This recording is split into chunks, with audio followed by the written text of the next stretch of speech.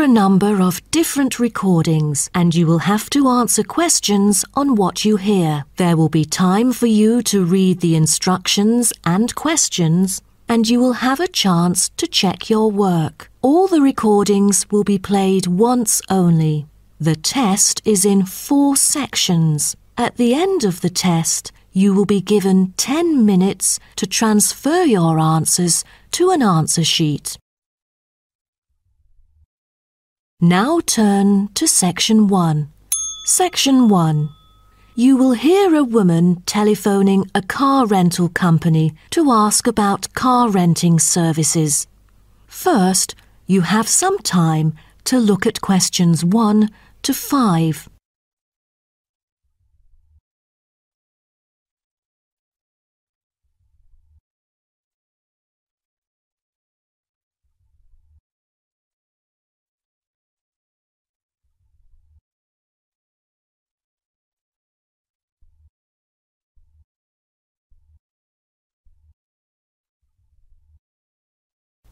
You will see that there is an example which has been done for you. On this occasion only, the conversation relating to this will be played first. Hello, First Choice Car Rental. How may I help you? Oh, good morning. I'm calling for some information about your car renting services. I'm an American and I will be going on a family holiday to your city from Ohio next month. The woman says that she is an American, so American has been written in the space. Now we shall begin. You should answer the questions as you listen, because you will not hear the recording a second time. Listen carefully and answer questions 1 to 5. Hello, First Choice Car Rental. How may I help you?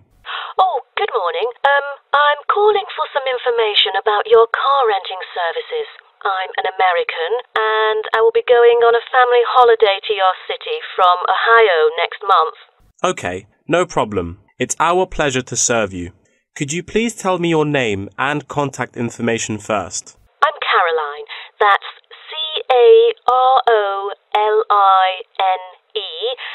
And my telephone number is 0419 6570156. Okay, I've got that. And how can I send you our quotation? If you are satisfied with our arrangement, is email alright, or should I send it by post? The latter, please. I'm afraid I'd prefer to read it on paper.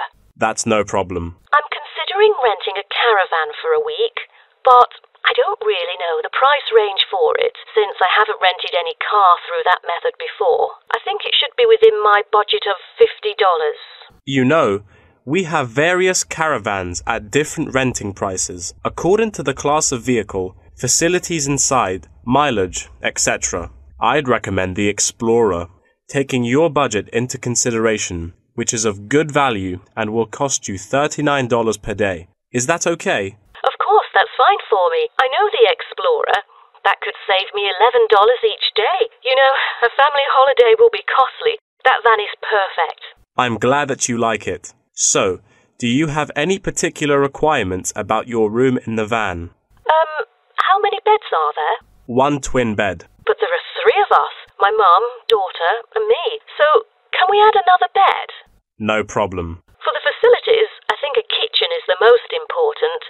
And, of course, the stove. Before you hear the rest of the conversation, you have some time to look at questions 6 to 10.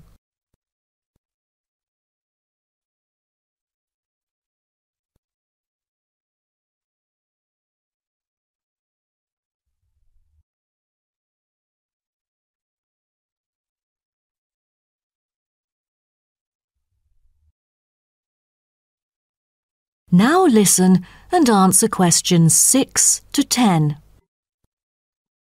In our vans, such as Explorer, there are all the basic bedding materials you need, like pillows and blankets, as well as some equipment for daily life.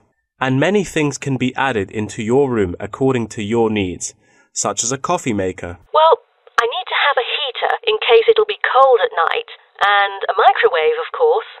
All right, I've taken notes of all these things. Actually, all our vans should be taken from our company, which is not too far from the city centre, so we can pick you up from the centre for free. Is that okay? Oh, I'm afraid we'd better be picked up from the airport, as we are foreigners in your country and not familiar with the transport system. Is that all right?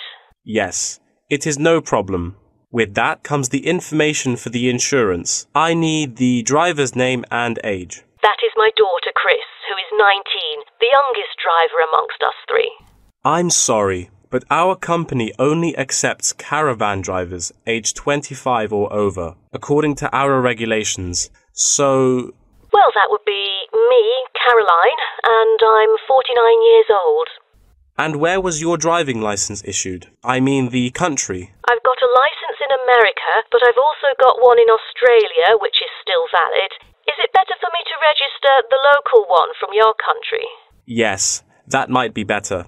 So your registration number is... That is the end of section 1. You now have half a minute to check your answers.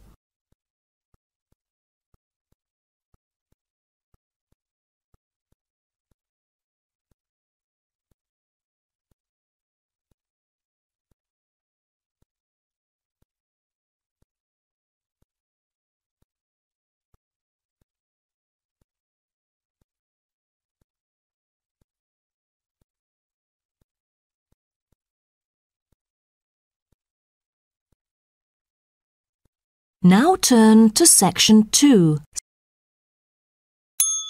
Section 2. You'll hear a talk between a host and a professor called Alison Downing about cocoa beans. First, you have some time to look at questions 11 to 16.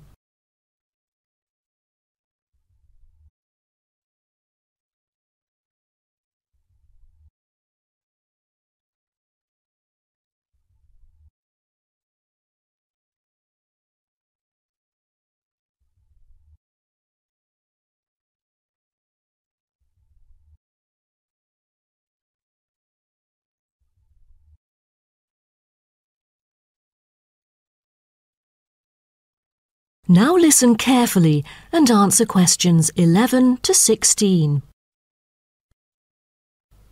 Hello and welcome to today's talk. Here with me is the famous botanist, Professor Alison Downing. So, Alison, tell us something about cocoa beans. Cocoa beans, also called cacao beans, are the primary constituent in making chocolate, grown in tropical areas in South and Central America, West Africa and Asia. The cocoa tree is often raised on small family-owned farms. When the harvested pods are opened to expose the beans, the pulp and cocoa seeds are removed and the rind is discarded. The pulp and seeds are then piled in heaps, placed in bins or laid out on grates for several days. During this time, the seeds and pulp undergo a process called sweating, where the thick pulp liquefies as it ferments. The fermented pulp trickles away, leaving cocoa seeds behind to be collected.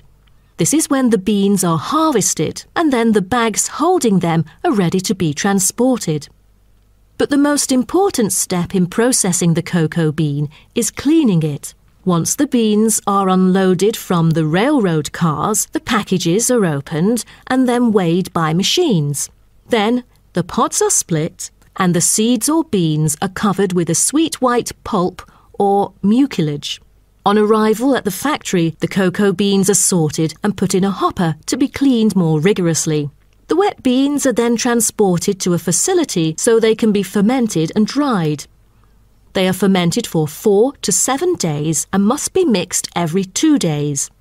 They are dried for 5 to 14 days, depending on the climate conditions. The fermented beans are dried by spreading them out over a large surface and constantly raking them. Then the beans are ready to be roasted.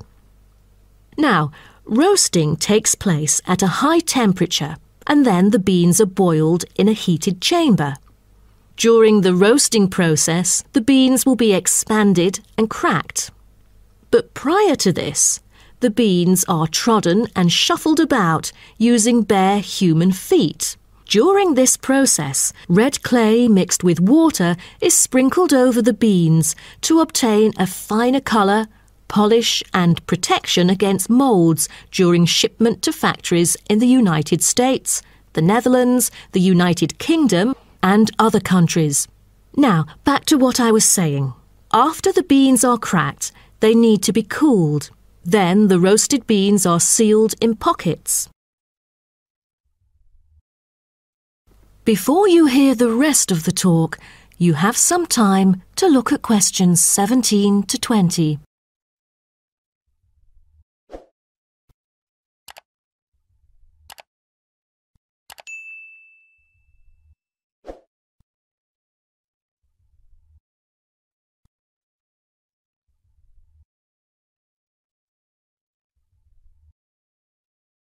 Now listen and answer questions 17 to 20.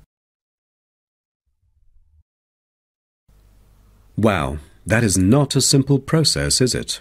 But someone told me that different roasting levels of coffee can lead to different kinds of flavours. Yes, roasting coffee transforms the chemical and physical properties of green coffee beans into roasted coffee products. The roasting process is what produces the characteristic flavour of coffee by causing the green coffee beans to change in taste. Unroasted beans contain similar, if not higher levels of acids, protein, sugars and caffeine as those that have been roasted, but lack the taste of roasted coffee beans due to the Maillard and other chemical reactions that occur during roasting. The vast majority of coffee is roasted commercially on a large scale, but small-scale commercial roasting has grown significantly with the trend toward single-origin coffees served at specialty shops. Some coffee drinkers even roast coffee at home as a hobby in order to both experiment with the flavour profile of the beans and ensure the freshest possible roast. So here, I'm going to introduce some of these roasted coffee beans and their special flavours. Now, the first crack is lighter bodied and has a higher acidity level with no obvious roast flavour and is popular for its special mild taste. This level of roast is ideal for tasting the full original character of the coffee. The green beans are raw, unroasted coffee beans. They are strictly hard beans with a smoky flavour and are slightly acidic. We've also got French roast, and the flavour that comes across in French roast coffee usually has more to do with the roasting process than the actual quality of the beans. By the time the beans are dark enough to qualify as French, most of their original flavour has dissipated. In its place come the flavours of caramelising sugar, bittersweet coffee, and often a bit of chocolate. And finally, espresso smoky. That is, coffee brewed by forcing a small amount of nearly boiling water under pressure through finely ground coffee beans. Espresso is generally thicker than coffee brewed through other methods, has a higher concentration of suspended and dissolved solids, and has creamer on top. As a result of the pressurised brewing process, the flavours and chemicals in a typical cup of espresso are very concentrated. Espresso is also the base for other drinks, such as cafe latte, cappuccino, cafe macchiato, cafe mocha, flat white or cafe americano. That is the end of section 2. You now have half a minute to check your answers.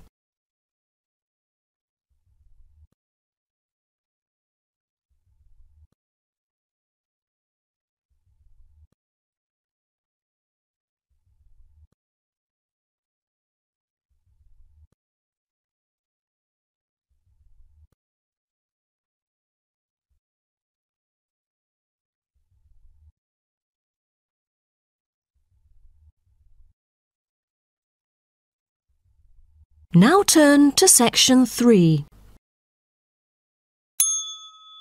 Section 3. You will hear two students talking about the moa with the lecturer. First, you have some time to look at questions 21 to 26.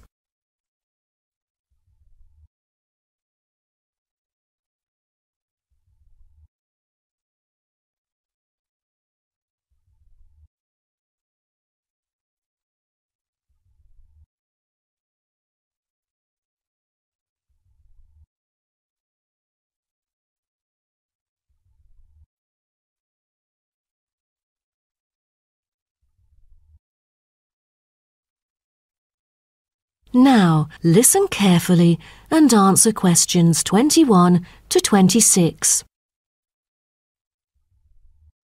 Thank you all for coming here today to hear about the moa, a kind of animal which has been extinct for a long time. Well, first of all, we look at what the moa are. The moa are 9 species of flightless birds endemic to New Zealand. They were the dominant herbivores in New Zealand's forest, shrubland and subalpine ecosystems for thousands of years. But around 500 years ago, they all went extinct. When I mention extinct animals during ancient times, you may immediately think of dinosaurs, which disappeared around 66 million years ago.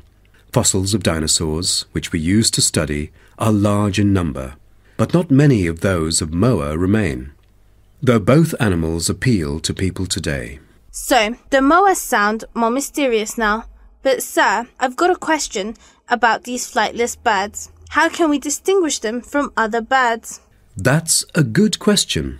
Birds are commonly characterized by being warm-blooded, having feathers and wings, usually capable of flight, and laying eggs, while the flightless moa, until their extinction, were the largest birds in the world. Their heads are relatively small in relation to their bodies, and they are the only wingless birds lacking even the vestigial wings and substantial tailbones in their family. That's impressive, but were they born to be like that? I mean, when they were chicks. Yes, absolutely. So let's move on to the chicks. The eggs of moa were laid in nests and incubated for about 2 months. The chicks would be well developed upon hatching, and probably would be able to leave the nests to feed on their own almost immediately. I've heard that the male moa are thought to have incubated the eggs. Is that true? I think there is a possibility for that. I've read somewhere that the sex-specific DNA recovered from the outer surfaces of eggshells suggested that these eggs were likely to have been hatched by the male, but we still need to consult more. But I have a question. There has been some occasional speculation that the moa were still alive, because someone said they had caught sight of them in New Zealand in the late 19th century or even the 20th. Do you think it's possible? I'm not amazed by that, since that kind of thing has been claimed several times. But I find it funny because no reliable evidence of moa tracks has ever been found, and experts still contend that moa survival is extremely unlikely. So what was the reason for the moa's extinction? I wonder if it was global warming or some other factors related to their living environment. Well, before the arrival of human settlers in New Zealand, the moa's only predator was the massive Haas eagle. Then the Maori arrived sometime before CE 1300, and all moa genera were soon driven to extinction by hunting. What a horrible thing. Before you hear the rest of the talk, you have some time to look at questions 27 to 30.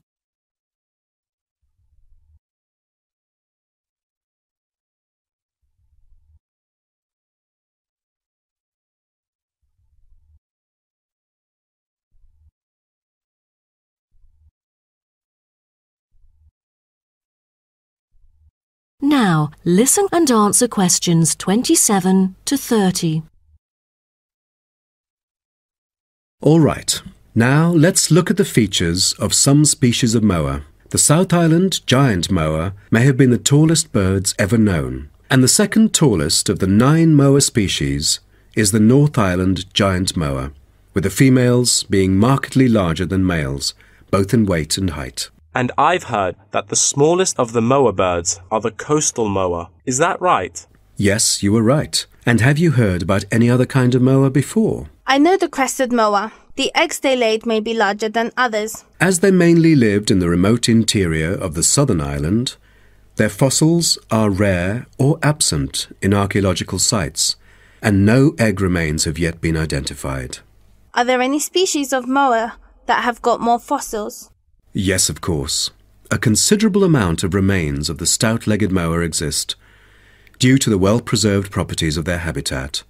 Their skulls reveal relatively bad vision, a good sense of smell, and a very short bill. Then there is the eastern moa.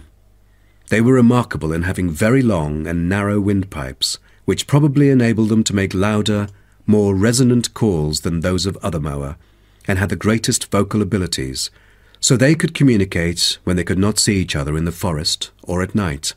They used a range of senses, apart from sound, in their search for food, such as their sense of smell and vision.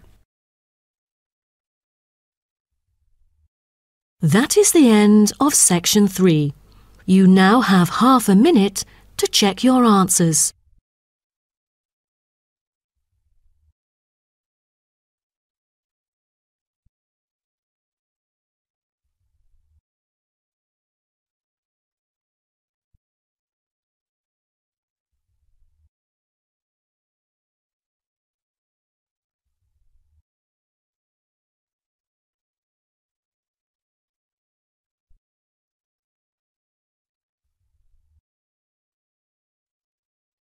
Now turn to section 4. Section 4. You will hear part of a lecture about time measurement. First, you have some time to look at questions 31 to 40.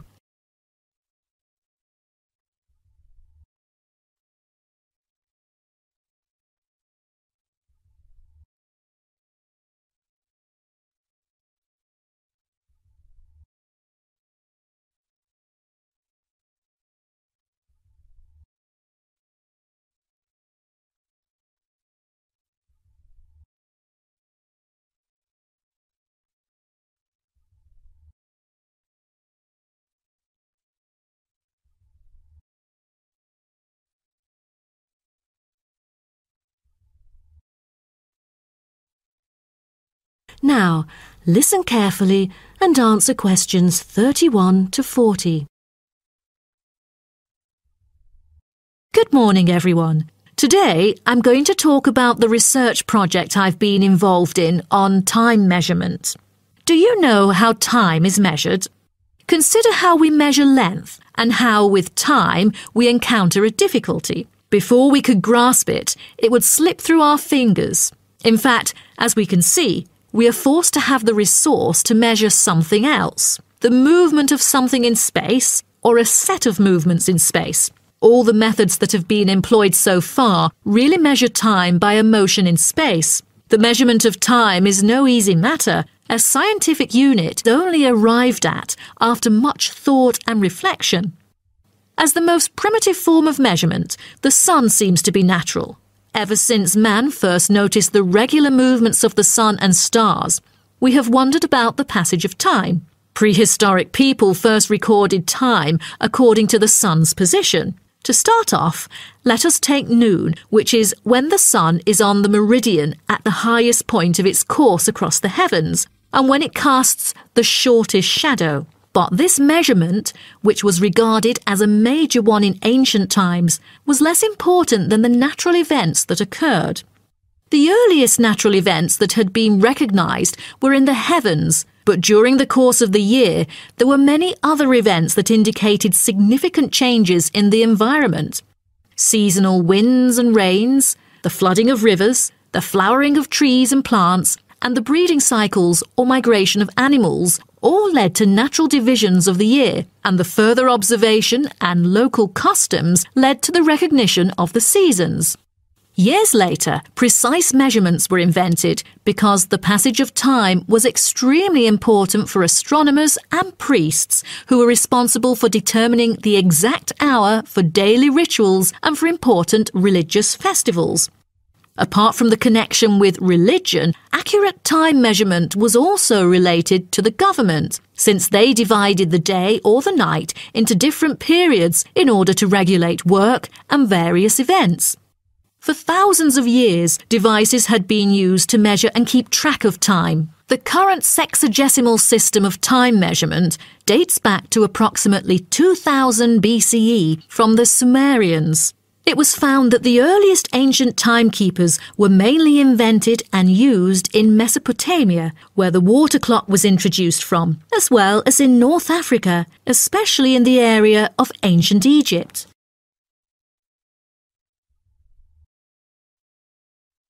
So, now I'd like to introduce you to some of the most well-known ancient timekeepers, as well as the disadvantages of them, for which they were replaced by various new forms of clocks that were used afterwards.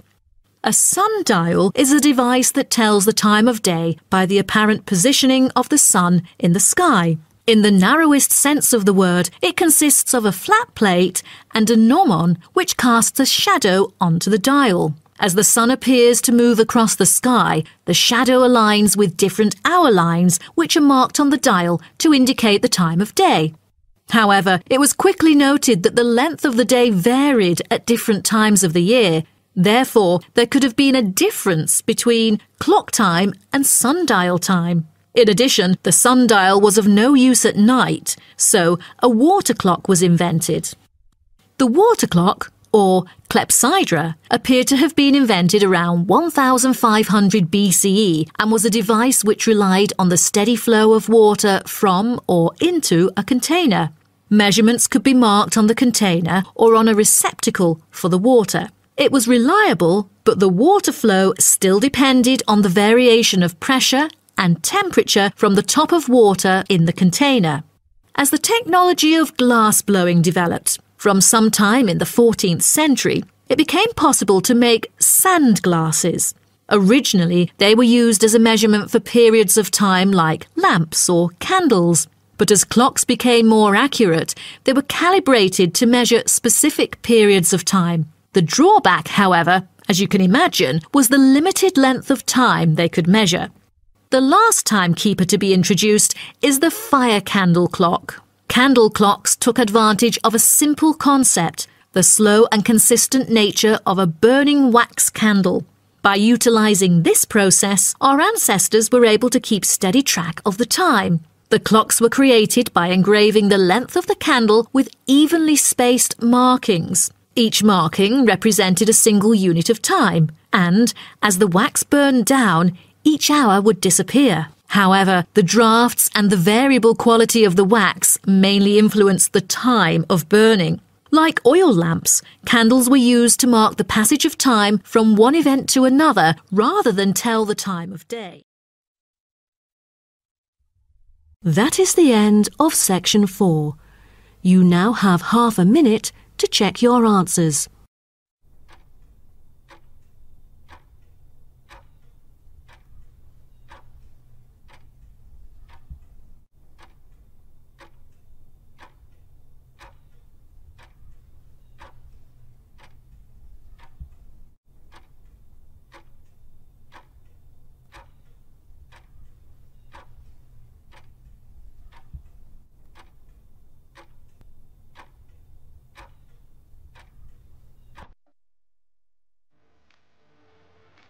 That is the end of the listening test.